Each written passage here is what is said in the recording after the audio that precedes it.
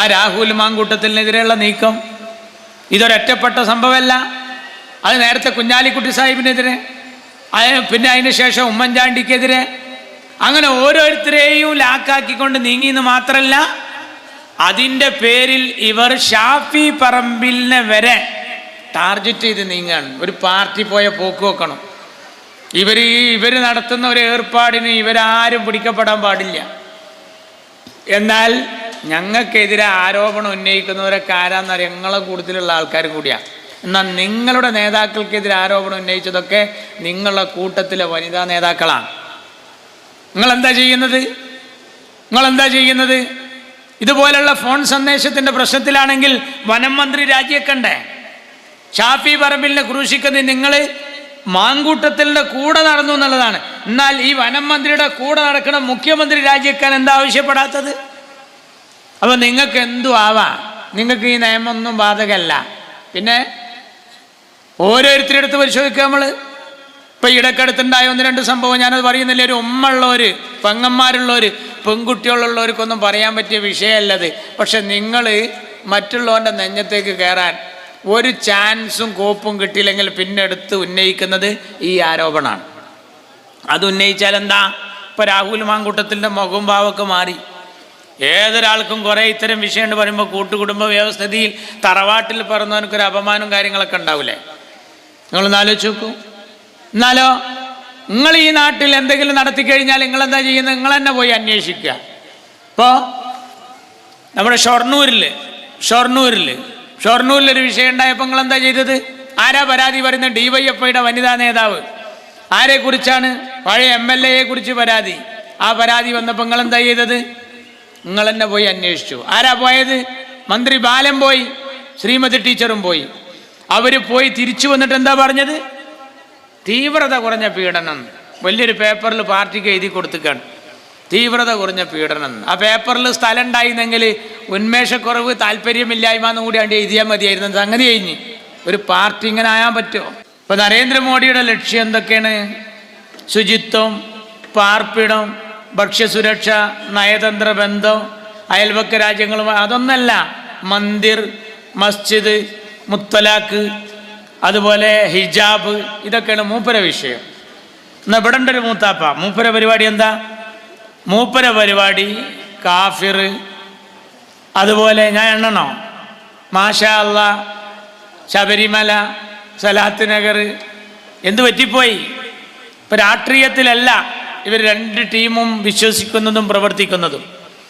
പിന്നെ ഇപ്പോൾ നേരത്തെ ആര്യാടൻ ഷൗക്കത്ത് ഇവിടെ സൂചിപ്പിച്ചതുപോലെ മതപരമായ കാര്യങ്ങൾ എടുത്തുകൊണ്ടാണ് മുഖ്യമന്ത്രി പോലും ഇപ്പോൾ രംഗപ്രവേശം നടത്തിക്കൊണ്ടിരിക്കുന്നത്.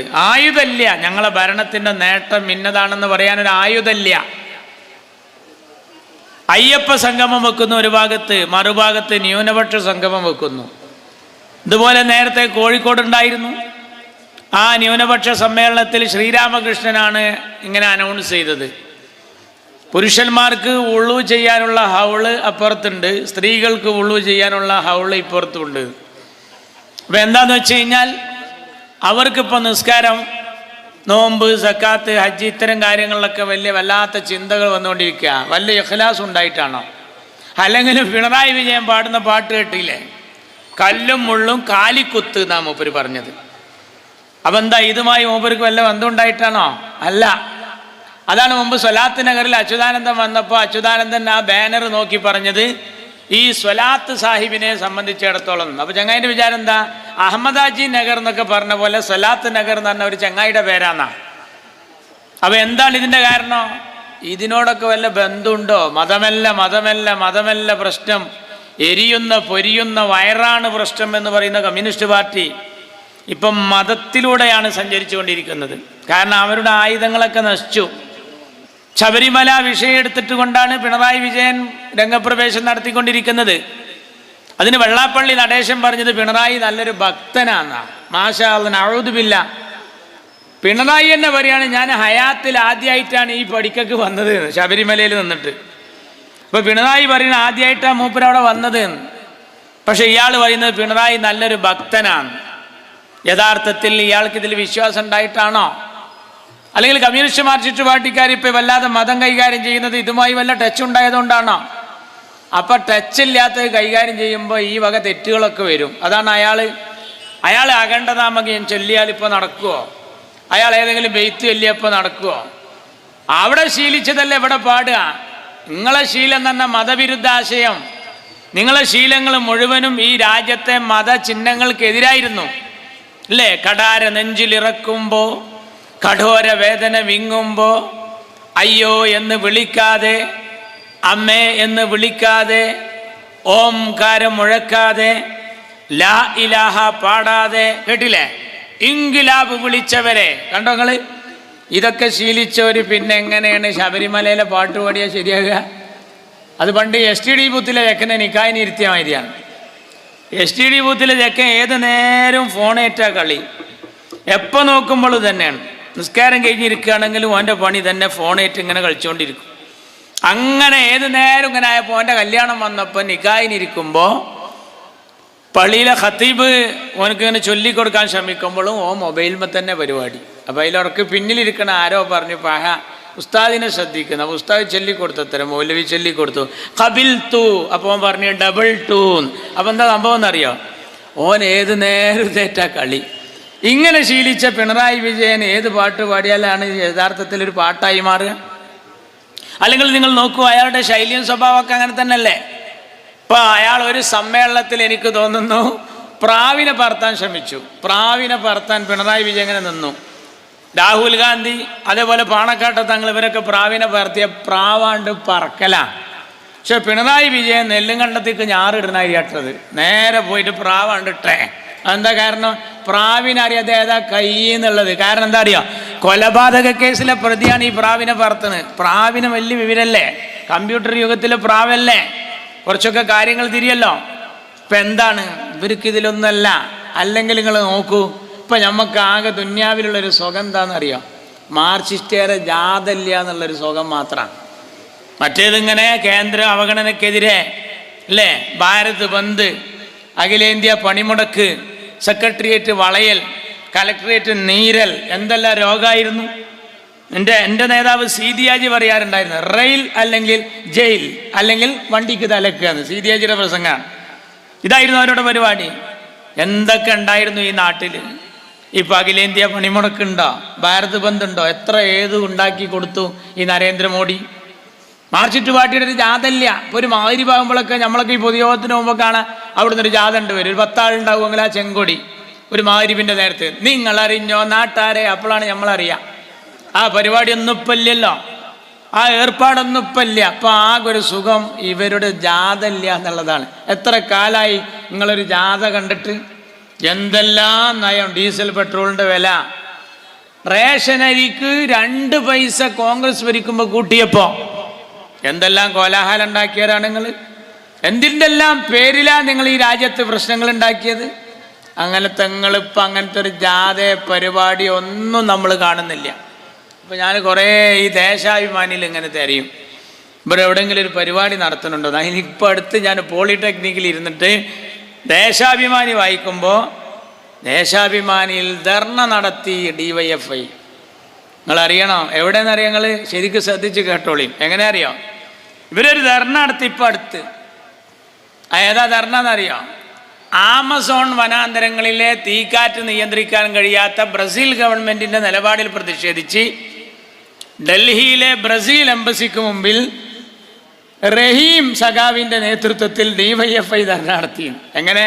ഇവിടെ ഒന്നും തീയില്ല, ഇവിടെ ഒന്നും തീ കിട്ടായിട്ട് ആമസോൺ വനാന്തരങ്ങളിൽ തീപിടുത്തുണ്ടായപ്പോൾ അത് നിയന്ത്രിക്കാൻ കഴിയാത്ത ബ്രസീൽ ഗവൺമെൻറ്റിൻ്റെ അനാസ്ഥയിൽ പ്രതിഷേധിച്ച് ഇവർ ബ്രസീൽ എംബസിക്ക് മുന്നിൽ പോയിട്ട് ഡൽഹിയിൽ ഏതു സാധുക്കൾക്ക് വീണ് കിട്ടിയത്. അപ്പം നിങ്ങൾക്ക് ഈ കോൺഗ്രസിനോടുള്ള വിരോധം പോലെ ഇവരോടൊരു വിരോധമില്ല, ഒരു വിരോധമില്ല. കണക്കിന് പോയ ഞങ്ങളെ അടുത്ത ജാഥ അന്തരീക്ഷത്തിൽ നിന്നാണ്. ഏത്?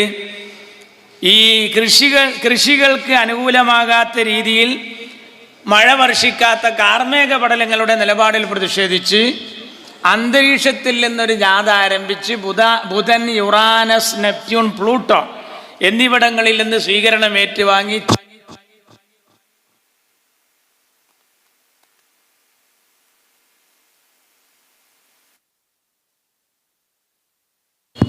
Table മറിച്ച okay.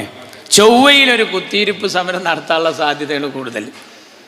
നിങ്ങൾ നോക്കൂ, ഇപ്പം നാട്ടിലെ മുഖ്യ വിഷയം എന്താ? ഞാൻ ആമുഖത്തിൽ സൂചിപ്പിച്ച വോട്ടവകാശം നിഷേധിക്കുന്ന പരിപാടിയാണ്. ഒരു പെട്ടിക്കട പോലത്തെ ഒരു റൂമിൽ 19 ആൾക്കാർ ഒരു പട്ടികയിൽ, ജന്മത്തിൽ കല്യാണം കഴിക്കാത്തൊരു ചങ്ങായിക്ക് 52 കുട്ടികൾ. ഇമാതിരിയുള്ള വോട്ടർ പട്ടികയുടെ കുട്ടിക്കടം പകർത്തിയിട്ടാണ് മഹാനായ രാഹുൽ ഗാന്ധി നാട്ടുകാരോട് ഈ വർത്തമാനം നടന്ന് പറയുന്നത്. ഈ സമയത്ത് മാർക്സിസ്റ്റുകാരുടെ പരിപാടി എന്താ? മാർക്സിസ്റ്റുകാർ അയ്യപ്പ സംഗമം നടത്തുകയാണ് ഇവിടെ. ഈ ബലാൽ വണ്ടി എവിടെ എത്തിയെന്നറിയാം? തൃശ്ശൂർ വരെ എത്തി. തൃശ്ശൂരിൽ സുരേഷ് ഗോപിയുടെ ഡ്രൈവർക്ക് വോട്ട് രണ്ടിടത്ത് അയാളെ സഹോദരന് മണ്ഡലത്തിൽ വോട്ടില്ലാതെ വന്നിരിക്കുന്നു. അവിടെ കുറ്റിപ്പുറം മണ്ഡലത്തിൽ BJP സ്ഥാനാർത്ഥിയായിരുന്ന ഒരാൾക്ക് അവിടെ വോട്ടുണ്ടായിരിക്കുന്നു. ഇതൊന്നും ഇവർ നോക്കുന്നില്ല. ഈ മാർക്സിസ്റ്റ് പാർട്ടി ഇതിൻ്റെ കൂടെ അല്ല. മാർക്സിസ്റ്റ് പാർട്ടി ഇതിൻ്റെ കൂടെ അല്ല. ഞാൻ നിന്ന് പ്രസംഗിക്കുന്നത് എടവണ്ണയിലാണ്. നിങ്ങൾക്കറിയില്ലേ, ഒരു തവണ രാഹുൽ ഗാന്ധിക്കെതിരെ മത്സരിച്ച് 4 ലക്ഷത്തിന് തോറ്റ ആളുണ്ടോ? ആനി രാജ. ആ ആനി രാജ രാഹുലിൻ്റെ ലഡും തിന്നിട്ട് ജാഥയെ പോണ പോലെ അതങ്ങനെ പോണ്, ഒപ്പം നടക്കണം. CPIക്ക് ബോധ്യമുണ്ട്. എന്നാലോ മാർക്സിസ്റ്റ് പാർട്ടിയോ? അത് ഫേസ്ബുക്ക് നോക്കിയാൽ മനസ്സിലാവും. രാഹുൽ ഗാന്ധി നടത്തുന്ന ഈ പോരാട്ടത്തിൻ്റെ അടിയിലെ കമൻറ്റുകൾ വായിച്ചാൽ നിങ്ങൾ നോക്കണം. ലൈക്ക് ഇങ്ങനെ ഇടേണ്ടതിന് പകരം മാർക്സിസ്റ്റ് പാർട്ടി നേരെ കീഴ്പോട്ടാണ്. ഒരു ചങ്ങാതി എഴുതിയിരിക്കുന്നു, ഉണ്ടയില്ല വെടി എന്ന് എഴുതിയ ആൾ ആരാന്ന് നമ്മളൊന്ന് അടിച്ചു നോക്കുമ്പോൾ ആരാന്നറിയോ? സഖാവ് VS അച്യുതാനന്ദൻ്റെ പേഴ്സണൽ സ്റ്റാഫിൽ അങ്ങാണ്. അപ്പോൾ ഒരു മാർക്സിസ്റ്റുകാരൻ്റെ കൽബുകൾ വായിക്കണം. രാഹുൽ ഗാന്ധി ഇപ്പോൾ ഈ പണിയെടുക്കണ ആർക്ക് വേണ്ടിയാ? കോൺഗ്രസിനാ? നാടിന് വേണ്ടിയല്ലേ? മാത്രമല്ല, ഈ മാർക്സിസ്റ്റുകാരെ MP-മാർ കോൺഗ്രസിൻ്റെ പിന്തുണയോടുകൂടി ജയിച്ചതല്ലേ തമിഴ്നാട്ടിൽ നിന്ന്? നിങ്ങൾക്ക് ചില സ്ഥലത്ത് രാഹുൽ ഹലാലാണ്, ചില സ്ഥലത്ത് ഹറാമ്, ചില ഭാഗങ്ങളിൽ നിങ്ങൾക്ക് കറാഹത്തും, ചില സ്ഥലത്ത് രാഹുൽ സുന്നത്തുമാണ്. നിങ്ങൾക്കൊരു വ്യക്തമായ നിലപാടില്ല. ഞാൻ സാധാരണ പറയാറുണ്ട്, ഈ വാച്ച് നേരാക്കണ കടയിൽ പോയ പോലെയാണ്. വാച്ച് നേരാക്കണ കടയിൽ ഒരു കൃത്യ ടൈം ഉണ്ടാവില്ല. ചിലയിൽ 11:15, ചിലയിൽ 12:45, ചിലയിൽ 3 സൂചിയും കൂടി 6ലേക്ക് തൂങ്ങിയിട്ട് ചിലയിൽ ഒരൊറ്റ സൂചി ഉണ്ടാവില്ല. അതൊരു റിപ്പയർ കടയാണ്. ഈ നിലപാട് പോലെയാണ് മാർക്സിസ്റ്റ് പാർട്ടി. അവർക്ക് കോൺഗ്രസിനോടൊരു വ്യക്തത ഇല്ല. എന്താ നിങ്ങൾ ഈ കാര്യത്തിൽ രാഹുലിൻ്റെ കൂടെ കാത്തത്? 2 കാരണം കൊണ്ടാണ്. ഒന്ന്, BJP ഇറങ്ങിയ പിണറായി ആണ്ട് കയറും, ഡൽഹിക്കല്ല ജയിലിക്ക്. ഒന്നതാണ്. 2 എന്താണെന്നറിയാം? എപ്പം നടക്കണ ഈ പേക്കൂത്ത് മുഴുവൻ കണ്ണൂർ നിങ്ങൾ നടത്തിയതാണ്.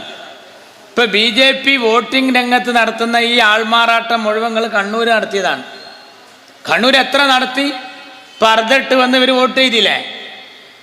ഇവരെ ഇടയ്ക്കിടയ്ക്ക് ഇങ്ങനെ പറയും പർദ്ദ നിരോധിക്കണം. പർദ്ദ നിരോധിക്കുകയാണെങ്കിൽ ഏറ്റവും വലിയ കഷ്ടപ്പാട് നിങ്ങൾക്കാണ്. ഒന്ന്, അങ്ങനെ നിങ്ങൾക്ക് വോട്ട് ചെയ്യാൻ പറ്റൂല. പിന്നെ ആ TP ചന്ദ്രശേഖരൻ്റെ വധത്തിലെ സഖാവ് കുഞ്ഞനന്ദൻ കട്ടിലിൻ്റെ തൊട്ട് 2 ആഴ്ച കിടന്നത് പർദ്ദ തിരിച്ചിട്ടാണ്. അതെങ്ങാ നിരോധിക്കുകയാണെങ്കിൽ ഏറ്റവും വലിയ അടങ്ങർ നിങ്ങൾക്കാണ്. അപ്പം നിങ്ങൾ എത്ര ആൾക്കാരും മരിച്ചോരെ വോട്ട് ചെയ്തിക്കണ്? മരിച്ചോരെ വോട്ട്. കണ്ണൂരിൽ ശാരദ ടീച്ചർ ഡ്യൂട്ടിക്ക് പോയി. ശാരദ ടീച്ചറെ ഭർത്താവ് ഭാസ്കരൻ മാഷ്, അയാൾ ഈ പ്രിസൈഡിങ് ഓഫീസർ പേര് വായിക്കുമ്പോൾ ശാരദ ടീച്ചർ ഓഫീസറായിട്ട് വന്ന ബൂത്തിൽ ടീച്ചർ ഇങ്ങനെ ടിക്ക് ചെയ്യാണ്. ആ ടിക്ക് ചെയ്യുമ്പോൾ മേലെ വീട്ടിൽ ഭാസ്കരൻ ടീച്ചർ ആ പെന്നവിടെ വെച്ചിട്ട് പറഞ്ഞു, ഓ ഇതുവഴി വന്ന് ഒരു വാക്ക് പോലും മിണ്ടിയില്ലല്ലോ എന്ന്. ആ സാധു മരിച്ചിട്ട് 14 കൊല്ലം വോട്ട് ചെയ്ത് പോയി. അതൊക്കെ ഈ രാജ്യത്ത് നടന്നതാ. അപ്പപ്പോൾ BJP എടുക്കണ ഈ പണി നിങ്ങൾ നേരത്തെ കേരളത്തിൽ പലയിടത്ത് കൊടുത്തതാ. നിങ്ങൾ കണ്ടോ? ഇവിടേക്കല്ലേ മര്യാദക്ക് തെരഞ്ഞെടുപ്പ്. നമ്മളൊക്കെ ബൂത്തിൽ ഉദ്യോഗസ്ഥർ വന്നാൽ UDF LDF ഒന്നിച്ചിരുന്ന് ചോറുന്ന. കണ്ണൂർ അങ്ങനെയാണോ? നമ്മളെ കേരളത്തിൽ എലക്ഷൻ ഡ്യൂട്ടിക്ക് പോകുന്ന ഉദ്യോഗസ്ഥരെ ഇൻഷൂർ ചെയ്യുന്ന ഒരു ജില്ല ഉണ്ട്. UP-യിലല്ല, കണ്ണൂരിൽ എലക്ഷൻ ഡ്യൂട്ടിക്ക് പോകുന്ന ഉദ്യോഗസ്ഥന്മാരെ ഇൻഷൂർ ചെയ്യണം. CCTV ക്യാമറ സ്ഥാപിച്ച തെരഞ്ഞെടുപ്പ് കണ്ണൂരിലായിരുന്നു. കണ്ണൂരിൽ ഇൻഷൂർ ചെയ്യണാണ്ട് പോകണമെങ്കിൽ. ഇപ്പം എൻ്റെ നാട്ടിലൊരു SIക്ക് ഡ്യൂട്ടി ഉണ്ടായിരുന്നു. അയാളിനോട് ഈശാൻ്റെ നേരത്തെ ജമാഅത്തിന് വന്നപ്പോൾ പറഞ്ഞ് നാളെ കണ്ണൂർക്ക് പോവുകയാണ്, ദ്വാരക്കണമെന്ന്. എന്നിട്ട് അയാളെ പേരെന്നിട്ട് സുബൈൻ്റെ നേരത്തെ ഒരു കൂട്ടക്കരച്ചിൽ. അപ്പം എന്താ, പേരക്കുട്ടിയോളും വല്ലിപ്പിയും കൂടി നിർത്താണ് എയർപോർട്ടിൽ നിൽക്കണവർ കെട്ടിപ്പിടിച്ചിട്ട്. അപ്പം എന്താ, ചങ്ങായി പറയുകയാണ് ഞാൻ ഡ്യൂട്ടിക്ക് പോവുകയാണ്, വിധി ഉണ്ടെങ്കിൽ കാണാമെന്ന് പറഞ്ഞു പോയി. അതെന്നെ സംഭവം. കണ്ണൂരത്തെ അവസ്ഥയാണ്. ഈ പണിയൊക്കെ നിങ്ങൾ ചെയ്യാണ്. നിങ്ങൾ ഈ നാട്ടിൽ എന്ത് ഏർപ്പാടാണ് ചെയ്യുന്നത്? യഥാർത്ഥത്തിൽ നിങ്ങൾ പണിയെടുക്കുന്നത് ആർക്ക് വേണ്ടിയാണ്? നിങ്ങളൊന്ന് ആലോചിച്ച് നോക്കൂ. ഇവിടെ BJP രാജ്യത്ത് നിന്ന് വിട്ടൊഴിയണം, ഭരണത്തിൽ നിന്ന് നിഷ്കാസിതമാകണം എന്ന ആഗ്രഹം രാജ്യക്കാരുടെ ആഗ്രഹമാണ്. അത് ആഗ്രഹിക്കാത്തൊരു പാർട്ടി ഉണ്ടെങ്കിൽ അത് നിങ്ങൾ മാത്രമാണ്. BJPക്ക് എന്താ ലാഭം? ഒരു നയാ പൈസ ഇല്ലാതെ BJPയുടെ എല്ലാ മുറാദും കേരളത്തിൽ ഹാസിലായിക്കൊണ്ടിരിക്കുകയാണ്. ഒരു ഉറുപ്പിയുടെ ചെലവില്ല, ഒരു MP ഇല്ല, ഒരു MLA ഇല്ല, ഒരു പ്രത്യേകമായൊരു മുന്നണി സംവിധാനം ഒന്നുമില്ല. എന്നിട്ടും കേരളത്തിലെല്ലാം പോലീസ് രംഗത്തെ തലവൻ ലോക്നാഥ് ബെഹ്റ. എങ്ങനെ വന്നതാ? ഗുജറാത്ത് കലാപത്തിലെ ഇന്ത്യൻ ജുഡീഷ്യറിയുടെ നോട്ടപ്പുള്ളിയാണ് അയാൾ. ഇന്ന് കേരളത്തിൽ ആരാന്നറിയോ? പോലീസുകാരുടെ ഇമാമാണ്. അയാളെ ഡൽഹിയിൽ നിന്ന് ചോദിച്ചു ഈ കേന്ദ്ര ഭരണകൂടം, പെണ്ണായ ബംഗാളിനോട് ചോദിച്ചു ഈ മുതൽനാട് തരട്ടേന്ന്. മമത പറഞ്ഞു സോറി നമുക്ക് വേണ്ട ചരക്കിനെ അറിഞ്ഞു. ആണായ തമിഴ്നാടിനോടും ചോദിച്ചു ഈ ചരക്കിനെ അങ്ങോട്ട് തരട്ടേന്ന്. പെണ്ണായ ബംഗാളും ആണായ തമിഴ്നാടും തള്ളിയ ആ മുതലിനെ പിന്നെ ഏറ്റെടുത്തത് ആണും പെണ്ണുമല്ലാത്ത കേരളത്തിൻ്റെ ആഭ്യന്തര വകുപ്പാണ്. സങ്കടമുണ്ട്. രമൺ ശ്രീവാസ്തവ പഴയ വിജയനാണെങ്കിൽ ചെയ്യൂല. സിറാജുന്നീസ എന്ന് പറയുന്ന പൊന്നുമോള് മുറ്റത്ത് കളിച്ചുകൊണ്ടിരിക്കുമ്പോഴാണ് വീണത്. അമ്മാവൻ ജനലിലൂടെ കുട്ടിയുടെ കളി കണ്ടുകൊണ്ടിരിക്കുകയാണ്. കുട്ടിയെ പോയി വാരിക്കോരി എടുത്തപ്പോൾ കയ്യിൽ ചോര. നേരെ ആശുപത്രി കൊണ്ടുപോകാൻ ഡോക്ടർമാർ പറഞ്ഞു മുതൽ പോയി പോസ്റ്റ്മോർട്ടം ചെയ്യണം. എന്താ സംഭവം? പോസ്റ്റ്മോർട്ടം ചെയ്തപ്പോൾ തിര കിട്ടി. തിരക്കൊരു സ്വഭാവമുണ്ട്, ഏത് തോക്കിൽ നിന്നാ വന്നതെന്ന് പിടുത്തുണ്ട്.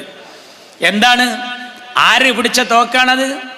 ഒരു ഉദ്യോഗസ്ഥൻ. ആ ഉദ്യോഗസ്ഥൻ്റെ വയർലെസ് പരിശോധിച്ചപ്പോൾ അതിൽ കേട്ട കാഴ്ച എന്താണ്, കേട്ട കേൾവി എന്താണ്? I want a dead body Muslim bastards. ഞാൻ തെമ്മാടിയായ ഒരു മുസ്ലിമിൻ്റെ ഡെഡ് ബോഡി ആഗ്രഹിക്കുന്നു എന്ന് വയർലെസ്സിൽ പച്ചക്ക് പറഞ്ഞ ഒരു പോലീസ് ഉദ്യോഗസ്ഥനാണ് ഈ രമൺ ശ്രീവാസ്തവ. അയാൾ പെൻഷൻ പറ്റി തിണ്ണയിൽ പോയി കമിഴ്ന്ന് കിടക്കേണ്ട മനുഷ്യനാണ്. ഇന്ന് അയാൾ എവിടെയെന്നറിയാം നിങ്ങൾക്ക്? കേരളത്തിൻ്റെ ആഭ്യന്തര വകുപ്പിൽ സഖാവ് പിണറായി വിജയൻ എന്ന ആഭ്യന്തരമന്ത്രിക്ക് പോലീസ് ഭരണത്തിൽ വല്ല ഇൽമിൻ്റെ കുറവും വന്നാൽ ഉപദേശം കൊടുക്കാനുള്ള ഉസ്താദുൽ അസാത്തീദിൻ്റെ പേരാണ് മക്കളെ രമൺ ശ്രീവാസ്തവ. എന്താ കാരണം? BJPയെ സുഖിപ്പിക്കുകയാണ്. ഇങ്ങനെയുള്ള ഓരോ ഏർപ്പാടും കണ്ടിട്ട് CPI, കുഞ്ഞാലിക്കുട്ടിയല്ല, ചെന്നിത്തലല്ല, CPI പറയാണ് ഇയാളെ ഈ പോക്ക് കണ്ടാൽ ഇയാൾ മുണ്ടുടുത്ത മോഡിയാണോ എന്ന് സംശയിക്കേണ്ടിയിരിക്കുന്നു. ഞങ്ങളല്ല പറഞ്ഞത്, മുണ്ടുടുത്ത മോഡിയാണോ എന്ന്. വോട്ടിൻ്റെ കള്ളത്തരം നടന്ന തൃശ്ശൂർ മാർക്സിസ്റ്റ് പാർട്ടി വല്ലതും പറയുന്നുണ്ടോ? എന്നാ പറയുന്ന ഒരു ടീമുണ്ട്. ആരാന്നറിയോ? ആരാ? സുനിൽകുമാർ. ഏതാ സുനിൽകുമാർ? അരിവാൾ കതിരിൽ തൃശ്ശൂരിൽ മത്സരിച്ച LDF സ്ഥാനാർത്ഥി. തോറ്റയാളാണ്. സുരേഷ് ഗോപിയുടെ താമരയോട് തോറ്റയാളാണ്. കൂട്ടത്തിൽ മുരളീധരനും തോറ്റു. മുരളീധരൻ പറയുന്നുണ്ട്, കോൺഗ്രസ് പറയുന്നുണ്ട്, UDF പറയുന്നുണ്ട്. എന്നാൽ ഇടതു മുന്നണി ഐക്യകണ്ഠേന പറയുന്നുണ്ടോ? ഇല്ല.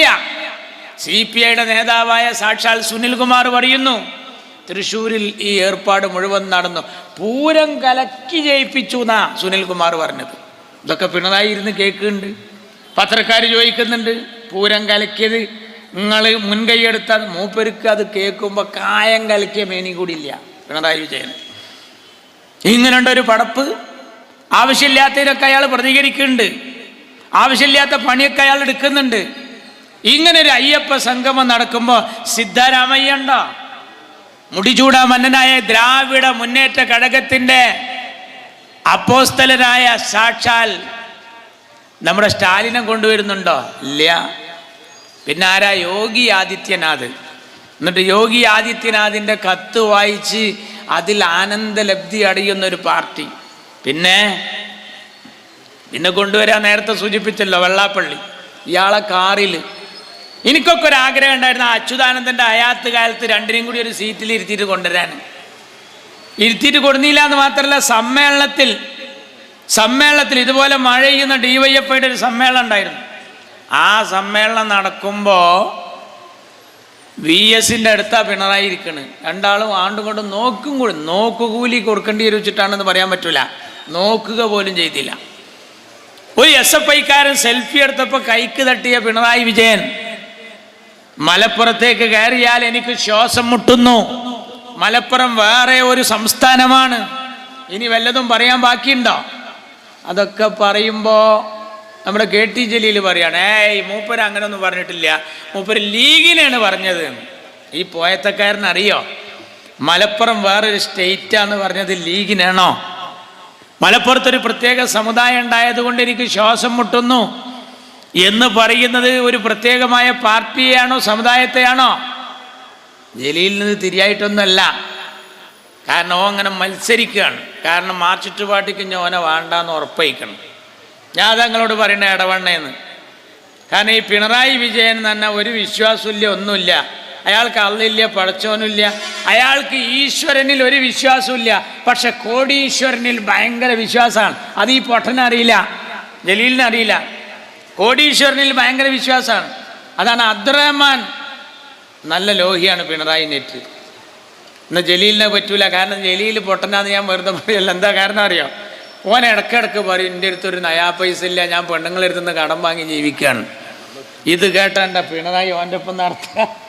പിണറായിക്ക് പൈസ ഉള്ള മുതലിനാണ് ആവശ്യം. ഇയാൾ എന്ത് വിഡ്ഢിത്തരാ ചെയ്തത്? വെറുതെ ഈ ജലീൽ പറയേണ്ടത് എന്താണെന്നറിയോ? എനിക്കൊരു 10-20 ജ്വല്ലറി ഉണ്ട്, അതുപോലെ ഒരു 10-200 കോടി ആസ്തി ഉണ്ട് എന്നൊക്കെയാണ് ഇയാൾ പറയേണ്ടത്. ഇയാൾ പറയാൻ എൻ്റെ അടുത്ത് ട്രഷറിയിൽ പോലും ഒരു ഉറുപ്പില്ലാത്തതുകൊണ്ട് ഞാൻ പെണ്ണുങ്ങളെടുത്തുനിന്ന് ആ കടം വാങ്ങിക്കണം. എന്നാൽ ഈ പിണറായി ആണെങ്കിലോ 10 ഉറുപ്പ്യുള്ള ബർക്കത്തുള്ളവനെ മാത്രം അപ്പോൾ കൊണ്ടു കിടക്കുന്നത്. അതുകൊണ്ട് ജന്മത്തിൽ ഇയാൾ അഡ്ജസ്റ്റ് ചെയ്യാനുള്ള സാധ്യത വളരെ കുറവാണ്.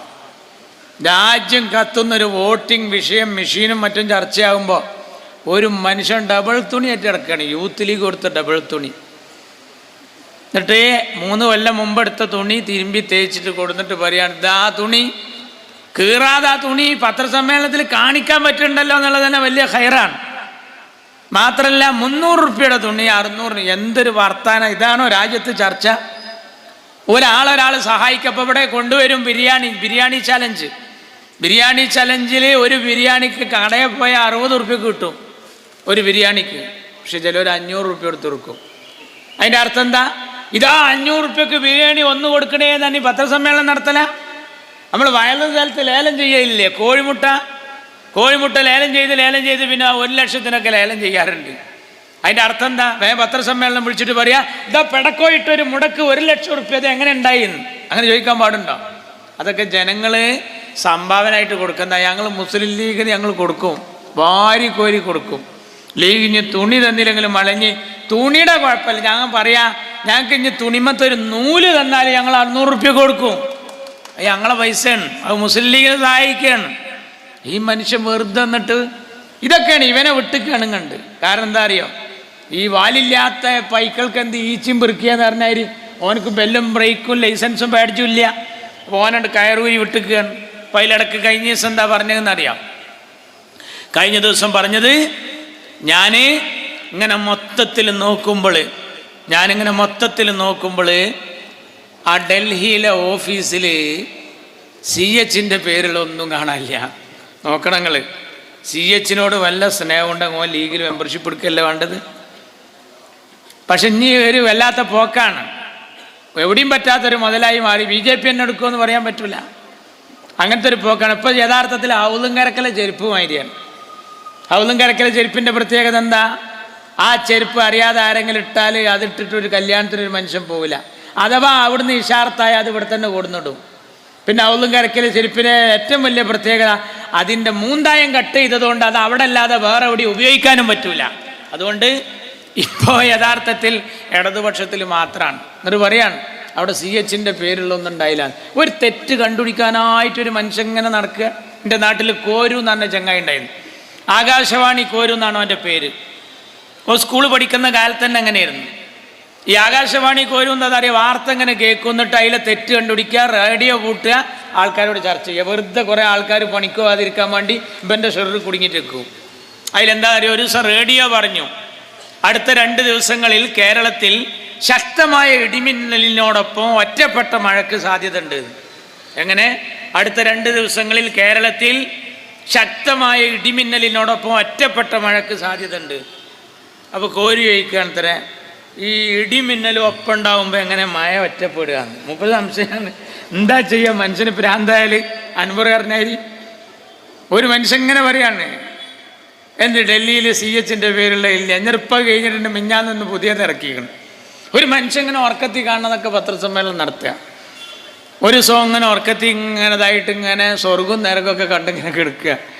അപ്പോൾ കണ്ണീച്ചിട്ട് പറഞ്ഞ് പെണ്ണുങ്ങളോട്, അവിടെ EMSനെ കാണാനില്ലല്ലോ, എന്ത് സ്വർഗം അത് നോക്കണം നിങ്ങൾ, അവിടെ EMS ഇല്ല. എന്നിട്ട് EMSനെ എങ്ങനെയെങ്കിലും സ്വർഗത്തിൽ കൊണ്ട EMS സ്വർഗത്തേക്ക് അദ്ദീനു അന്നസ്വീഹ എന്ന് വിശ്വസിക്കുന്നവരാ ഞങ്ങൾ ലീഗേര്, പൊതുവിൽ വിശ്വാസികൾ. ദീൻ എന്നാ ഗുണകാംക്ഷയാണ്, എല്ലാവർക്കും നല്ലത് വരട്ടെ എന്നാ. നരേന്ദ്രമോദിയും പിണറായിക്കും ഒക്കെ ഹിദായത്ത് കിട്ടണമെന്ന് വെച്ചിട്ട് അപ്പോൾ ഞങ്ങൾ ഈ മൈക്ക് സെറ്റ് വെച്ചിട്ട് ഈ പരിപാടി തന്നെ നടത്തുന്നുണ്ട്. എല്ലാവർക്കും ഹിദായത്ത് കിട്ടണമെന്ന് വെച്ചിട്ട് തന്നെയാണ്. പക്ഷേ EMSനെ സ്വർഗത്തേക്ക് ഉന്തി പറഞ്ഞേക്കുമ്പോൾ ആദ്യം അയാളോടൊന്നും ചോദിക്കണ്ടേ, നിങ്ങൾക്ക് ഇതിൽ വലിയ വിശ്വാസം ഉണ്ടോയെന്ന്? ആദ്യം ചെയ്യേണ്ട പണി അതല്ലേ.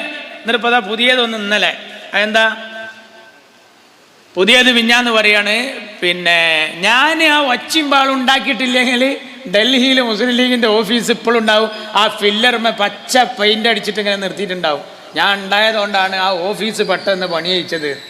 ഒരു മനുഷ്യൻ പറയാണ്. അത് പറയുമ്പോൾ എനിക്ക് ഓർമ്മ വരുന്നത്, ഞങ്ങളെ കുറ്റിപ്പുറം SI ഉണ്ടായി, ഒരു ചങ്ങായിനെ പിടിച്ച്, ഓനെ ഒരുപാട് നാട്ടിൽ കളവ് നടത്തിയാനാണ്.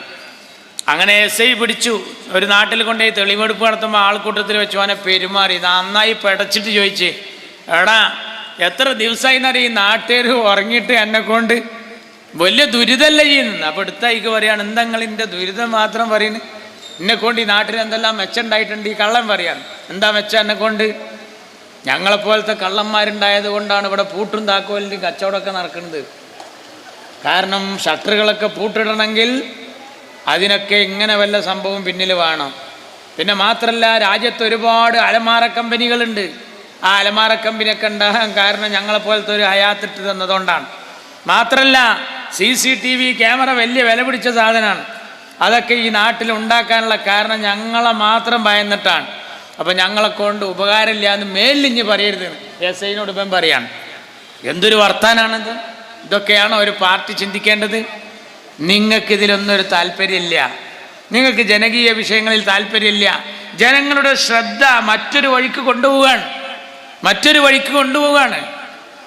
ഈ കേന്ദ്ര ഭരണത്തിനെതിരില്ല എന്ന് മാത്രമല്ല, നിങ്ങൾ ഈ നാട്ടിൽ നേരത്തെ സൂചിപ്പിച്ചതുപോലെ എന്തെല്ലാം ആരോഗ്യ പരിരക്ഷാ പരിപാടികൾ നമ്മുടെ കേരളത്തിൽ നടന്നിരുന്നു. ആ സംഗതികളൊന്നും നടക്കുന്നില്ല. അതിനു വേണ്ടിയിട്ട് ഇവരിപ്പോൾ കണ്ടെത്തി എന്തപ്പോൾ എടവണ്ണ പഞ്ചായത്തിൽ തെരഞ്ഞെടുപ്പ് നടക്കുകയാണ്. എല്ലായിടത്തും തെരഞ്ഞെടുപ്പ് നടക്കുമ്പോൾ ഇവരിത് നിലനിർത്താൻ വേണ്ടിയിട്ട് എന്തെല്ലാം അടവുമായിട്ടെന്നറിയാം. അതാണിപ്പോൾ ആ രാഹുൽ മാങ്കൂട്ടത്തിനെതിരെയുള്ള നീക്കം. ഇതൊരൊറ്റപ്പെട്ട സംഭവമല്ല. അത് നേരത്തെ കുഞ്ഞാലിക്കുട്ടി സാഹിബിനെതിരെ, പിന്നെ അതിന് ശേഷം ഉമ്മൻചാണ്ടിക്കെതിരെ, അങ്ങനെ ഓരോരുത്തരെയും ലാക്കാക്കിക്കൊണ്ട് നീങ്ങിയെന്ന് മാത്രമല്ല, അതിൻ്റെ പേരിൽ ഇവർ ഷാഫി പറമ്പിലിനെ വരെ ടാർഗറ്റ് ചെയ്ത് നീങ്ങാണ്. ഒരു പാർട്ടി പോയ പോക്ക് വെക്കണം. ഇവർ നടത്തുന്ന ഒരു ഏർപ്പാടിന് ഇവരാരും പിടിക്കപ്പെടാൻ പാടില്ല. എന്നാൽ ഞങ്ങൾക്കെതിരെ ആരോപണം ഉന്നയിക്കുന്നവരൊക്കെ ആരാന്നറിയാം, ഞങ്ങളെ കൂട്ടത്തിലുള്ള ആൾക്കാരും കൂടിയാണ്. എന്നാൽ നിങ്ങളുടെ നേതാക്കൾക്കെതിരെ ആരോപണം ഉന്നയിച്ചതൊക്കെ നിങ്ങളുടെ കൂട്ടത്തിലെ വനിതാ നേതാക്കളാണ്. നിങ്ങളെന്താ ചെയ്യുന്നത്? ഇതുപോലുള്ള ഫോൺ സന്ദേശത്തിൻ്റെ പ്രശ്നത്തിലാണെങ്കിൽ വനം മന്ത്രി രാജിവെക്കണ്ടേ? ഷാഫി പറമ്പിലിനെ ക്രൂശിക്കുന്നത് നിങ്ങൾ മാങ്കൂട്ടത്തിൻ്റെ കൂടെ നടന്നു എന്നുള്ളതാണ്. എന്നാൽ ഈ വനം മന്ത്രിയുടെ കൂടെ നടക്കണം മുഖ്യമന്ത്രി രാജിവെക്കാൻ എന്താ ആവശ്യപ്പെടാത്തത്? അപ്പോൾ നിങ്ങൾക്ക് എന്തു ആവാം, നിങ്ങൾക്ക് ഈ നിയമമൊന്നും ബാധകമല്ല. പിന്നെ ഓരോരുത്തരുടെ അടുത്ത് പരിശോധിക്കുക. നമ്മൾ ഇപ്പം ഇടയ്ക്കടുത്തുണ്ടായ 1-2 സംഭവം ഞാനത് പറയുന്നില്ല. ഒരു ഉമ്മയുള്ളവർ, പെങ്ങന്മാരുള്ളവർ, പെൺകുട്ടികളുള്ളവർക്കൊന്നും പറയാൻ പറ്റിയ വിഷയമല്ലത്. പക്ഷെ നിങ്ങൾ മറ്റുള്ളവൻ്റെ നെഞ്ഞത്തേക്ക് കയറാൻ ഒരു ചാൻസും കോപ്പും കിട്ടിയില്ലെങ്കിൽ പിന്നെ എടുത്ത് ഉന്നയിക്കുന്നത് ഈ ആരോപണമാണ്. അത് ഉന്നയിച്ചാൽ എന്താ? ഇപ്പോൾ രാഹുൽ മാങ്കൂട്ടത്തിൻ്റെ മുഖം ഭാവമൊക്കെ മാറി. ഏതൊരാൾക്കും കുറേ ഇത്തരം വിഷയമുണ്ട് പറയുമ്പോൾ കൂട്ടുകുടുംബ വ്യവസ്ഥിതിയിൽ തറവാട്ടിൽ പറഞ്ഞവനക്കൊരു അപമാനവും കാര്യങ്ങളൊക്കെ ഉണ്ടാവില്ലേ? നിങ്ങളൊന്ന് ആലോചിച്ച് നോക്കൂ. എന്നാലോ നിങ്ങൾ ഈ നാട്ടിൽ എന്തെങ്കിലും നടത്തിക്കഴിഞ്ഞാൽ നിങ്ങളെന്താ ചെയ്യുന്നത്? നിങ്ങൾ തന്നെ പോയി അന്വേഷിക്കുക. ഇപ്പോൾ നമ്മുടെ ഷൊർണൂരിലൊരു വിഷയം ഉണ്ടായപ്പോൾ നിങ്ങളെന്താ ചെയ്തത്?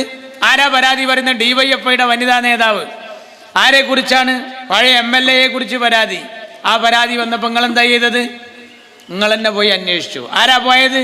മന്ത്രി ബാലൻ പോയി, ശ്രീമതി ടീച്ചറും പോയി. അവർ പോയി തിരിച്ചു വന്നിട്ട് എന്താ പറഞ്ഞത്? തീവ്രത കുറഞ്ഞ പീഡനം. വലിയൊരു പേപ്പറിൽ പാർട്ടിക്ക് എഴുതി കൊടുത്തിക്കാണ്, തീവ്രത കുറഞ്ഞ പീഡനം. ആ പേപ്പറിൽ സ്ഥലം ഉണ്ടായിരുന്നെങ്കിൽ ഉന്മേഷക്കുറവ്, താല്പര്യമില്ലായ്മ എന്നും കൂടി അവിടെ എഴുതിയാൽ മതിയായിരുന്നു. സംഗതി കഴിഞ്ഞ്. ഒരു പാർട്ടി ഇങ്ങനെ ആയാൻ പറ്റുമോ?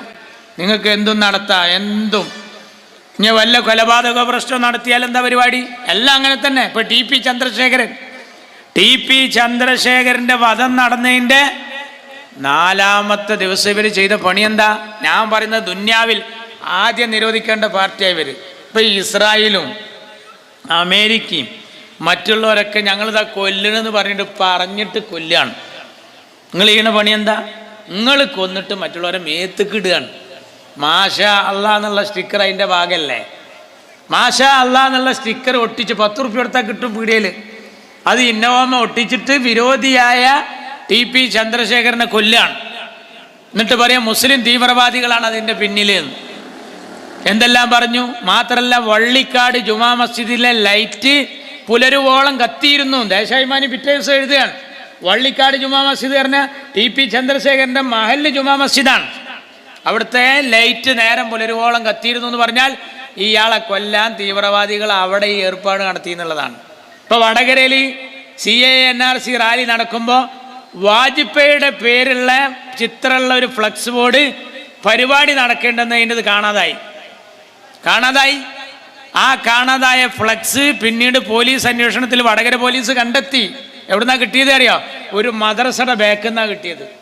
ആ കമ്മിറ്റി സെക്രട്ടറിയെ ചോദ്യം ചെയ്തു, വളരെ ക്രൂശിച്ചു, അവർ രാജിവെച്ചു. നിങ്ങൾ അറിയണം, വലിയ വിഷയമായി. യഥാർത്ഥത്തിൽ അതിലെ പ്രതിയെ CCTV ക്യാമറയിൽ നിന്ന് പിടിച്ചു. ആരാ? 2 DYFIയുടെ പ്രവർത്തകർ. നിങ്ങളിത് നടത്തിയിട്ട് നിങ്ങൾ ഈ പരിപാടി നടത്തുക.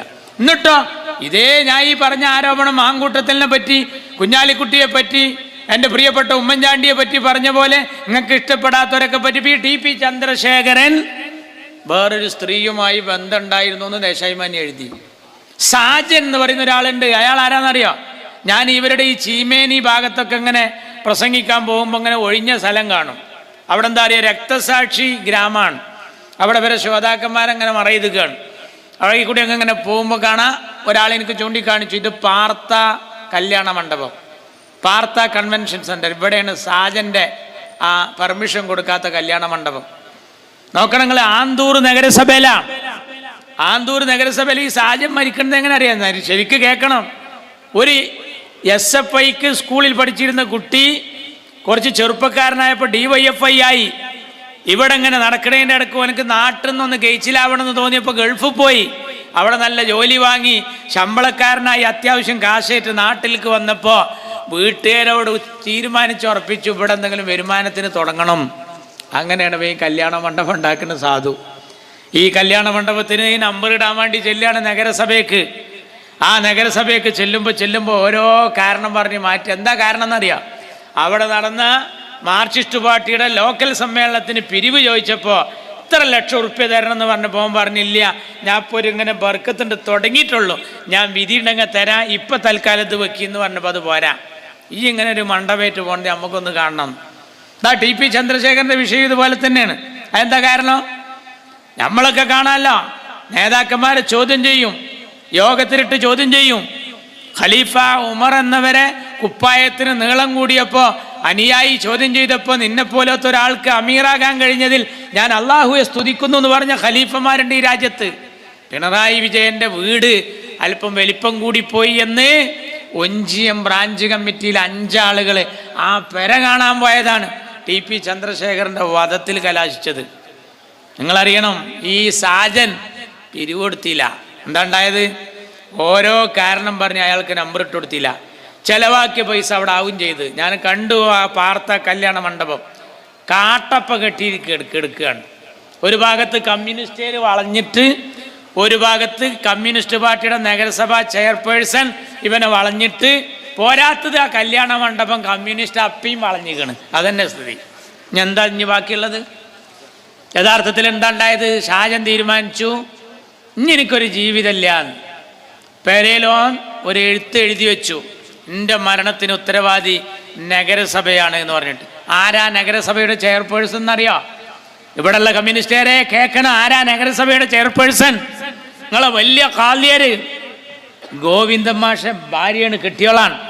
ഗോവിന്ദൻ മാഷ ഭാര്യയാണ് അവിടുത്തെ ചെയർപേഴ്സൺ.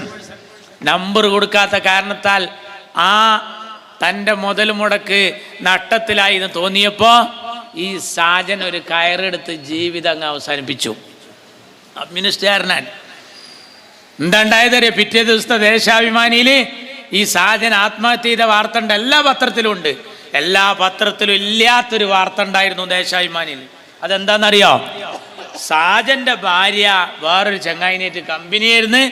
ആ വിവരം അറിഞ്ഞതുകൊണ്ടാണ് ഇയാൾ ആത്മഹത്യ ചെയ്തത്. ദേശാഭിമാനി എഴുതി, ഓ കണ്ണിൽ ചോരയില്ലാത്ത പാർട്ടി ഓഫ് ഇന്ത്യ മാർക്സിസ്റ്റ് എന്നല്ലാതെ നിങ്ങളെ പറ്റി നമ്മൾ എന്ത് പറയാനാണ്?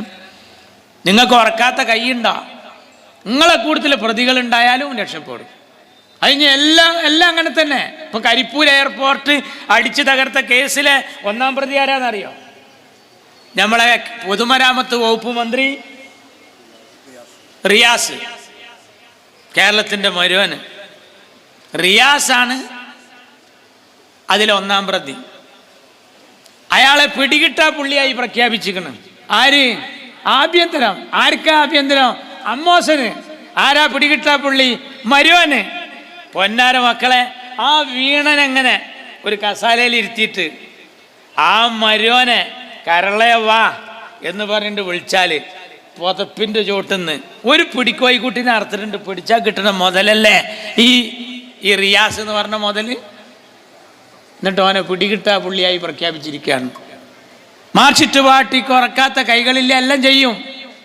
എന്നിട്ട് ഈ മാഷാ അല്ലാഹ് പറഞ്ഞു TPയെ കൊന്നവർ മുസ്ലിം തീവ്രവാദികളാന്ന് പറഞ്ഞു. എന്നിട്ട് പിടിച്ചത് കൊടി സുനി, അണ്ണൻ സുജിത്ത്, കിർമാണി മനോജ്, ഇവരെല്ലാം. നിങ്ങളറിയണോ? ദേശാഭിമാനി ഇട്ടിരുന്നൊരു കുട്ടി പിറ്റേ ദിവസം ആ പത്രം ഇടാത്തൊരവസ്ഥ വന്നു തലശ്ശേരിയിൽ.